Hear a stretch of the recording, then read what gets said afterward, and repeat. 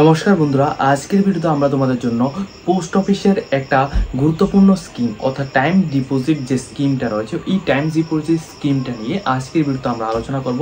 অবশ্যই কিন্তু আপনারা যারা এই ভিডিওটা দেখছেন অবশ্যই কিন্তু আমাদের চ্যানেলটিকে সাবস্ক্রাইব করে পাশে থাকা বেল আইকনটিকে অলস মধ্যে ক্লিক করবেন, যাতে করে প্রত্যেকটি ইনফরমেশনগুলি আপনাদের কাছে টাইম টু টাইম পৌঁছে যায়।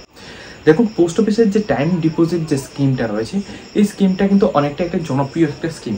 এবং পোস্ট অফিস যেটা রয়েছে, এটা আপনারা প্রত্যেকেই জানেন যে পোস্ট অফিসটা কিন্তু একটা সরকারিভাবে একটা স্বীকৃত রয়েছে। তো পোস্ট অফিসের এই যে টাইম ডিপোজিট স্কিমটা রয়েছে, এর মধ্যে আপনারা কি কি সুবিধা পাবেন প্লাস কি কি অসুবিধা রয়েছে, এগুলি সবগুলি ডিটেলস এই ভিডিওতে আমরা পুরোটা শেয়ার করব।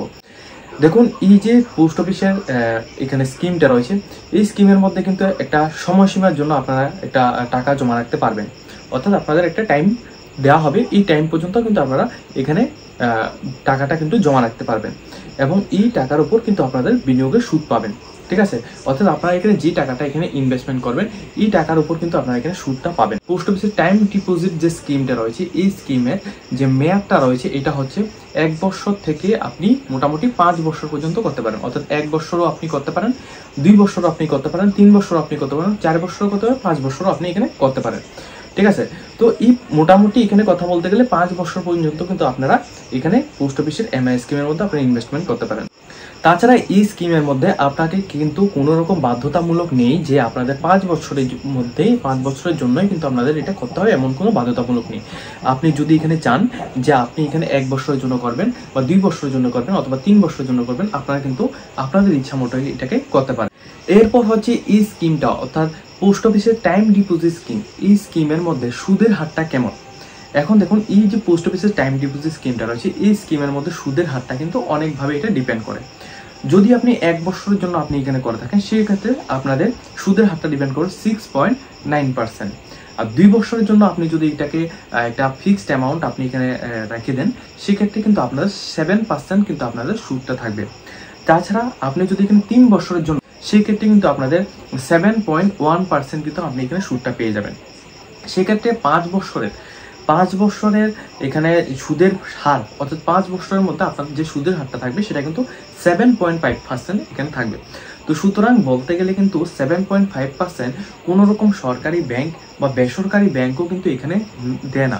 তো সেই জন্য কিন্তু আপনারা এই যে পোস্ট অফিসে টাইম ডিপোজিট স্কিমটা রয়েছে, এই স্কিমের মধ্যে আপনারা একটা বেস্ট অপশন রয়েছে, আপনারা এই স্কিমটা কিন্তু অবশ্যই ট্রাই করতে পোস্ট অফিসের এমআই স্কিমটা রয়েছে, এই স্কিমের মধ্যে কিন্তু আপনারা আপনাদের সুদের হারটা বিভিন্ন ওয়েবসাইট থেকে আপনারা এটাকে জেনে নিতে পারবেন যে আপনারা কত টাকা জমা যদি আপনি এখানে দিয়ে থাকেন, সেক্ষেত্রে ওই টাকার উপর আপনি কত টাকা এখানে সুদ পাবেন, সেটা কিন্তু বিভিন্ন রকম ওয়েবসাইট থেকে আপনি ক্যালকুলেট করে আপনি জানতে পারবেন। তবে সাধারণত কথা বলতে, যদি আপনি এখানে 5 বছরের জন্য একটা হিউজ পরিমাণ অ্যামাউন্ট যদি আপনি এখানে ভালোভাবে এটা রাখেন, সেক্ষেত্রে কিন্তু আপনাদের যে এখানে অ্যামাউন্টটা রয়েছে অর্থাৎ সুদের হারটা কিন্তু 7.5% করে আপনাদের যে টাকাটা রয়েছে, এটা কিন্তু ভালো একটা গ্রোথ কিন্তু পাবে। এরপর এই স্কিমের অন্যান্য আরো বিভিন্ন রকম বিষয় রয়েছে, যেমন এই স্কিমের মধ্যে সর্বনিম্ন এবং সর্বোচ্চ বয়সের কিন্তু কোনো রকম ছাড় নেই। অর্থাৎ আপনি কিন্তু মোটামুটি এখানে 18 বছর থেকে আপনি কিন্তু এখানে এই স্কিমের মধ্যে ইনভেস্টমেন্ট করতে পারছেন। তাছাড়া যে কোনো পোস্ট অফিস থেকে এই স্কিমের মধ্যে কিন্তু আবেদন করা যাচ্ছে। আপনি ভারতের যে কোনো পোস্ট অফিস থেকে কিন্তু আপনাদের এখানে আবেদন কিন্তু করা যাবে। আপনি কিন্তু এই স্কিমের মধ্যে টাকা জমা করার জন্য আপনি নগদ দিতে পারেন, অথবা আপনি চেকের মাধ্যমে বা ডেবিট কার্ডের মাধ্যমে, যে কোনো মাধ্যমে কিন্তু আপনি এখানে টাকাটা জমা করতে পারবেন। তাছাড়া ভবিষ্যতে যদি আপনাদের এই স্কিমের উপর, অর্থাৎ এই স্কিম চলাকালীন যদি আপনাদের কোনো কিছু একটা ইমার্জেন্সি ভাবে আপনাদের কোনো টাকার প্রয়োজন পড়ে, সেক্ষেত্রে কিন্তু আপনি এই স্কিমটা দেখিয়ে, অর্থাৎ পোস্ট অফিসের এই যে টাইম ডিপোজিট স্কিমটা রয়েছে, এই স্কিমের মধ্যে যদি আপনাদের ইনভেস্টমেন্ট করা থাকে, সেক্ষেত্রে কিন্তু আপনি এই স্কিমের উপর ভিত্তি করে আপনি কিন্তু ঋণও কিন্তু নিতে পারবেন। ঠিক আছে, তো এখানে অনেক রকম কিন্তু বেনিফিটস আপনারা এখানে এই স্কিমটা থেকে পেয়ে যাচ্ছেন। এরপর দেখুন, আপনাদের অর্থাৎ পোস্ট অফিস টাইম ডিপোজিট যে স্কিমটা রয়েছে, এই স্কিমটার মধ্যে আপনাদের যে বিনিয়োগ করার জন্য আমরা এখানে বলছি, বা বিনিয়োগ আপনারা কিন্তু অবশ্যই আপনাদের নিজ মতামত অনুযায়ী আপনারা বিনিয়োগ করবেন। এমন নয় যে আমরা এখানে বলে দিলাম আপনারা বিনিয়োগ করে নিলেন, এমনটা নয়। আপনারা এই ভিডিওটা দেখে আপনারা সমস্ত কিছু ভালোভাবে বুঝবেন, তারপরে কিন্তু আপনারা এখানে বিনিয়োগটা করবেন।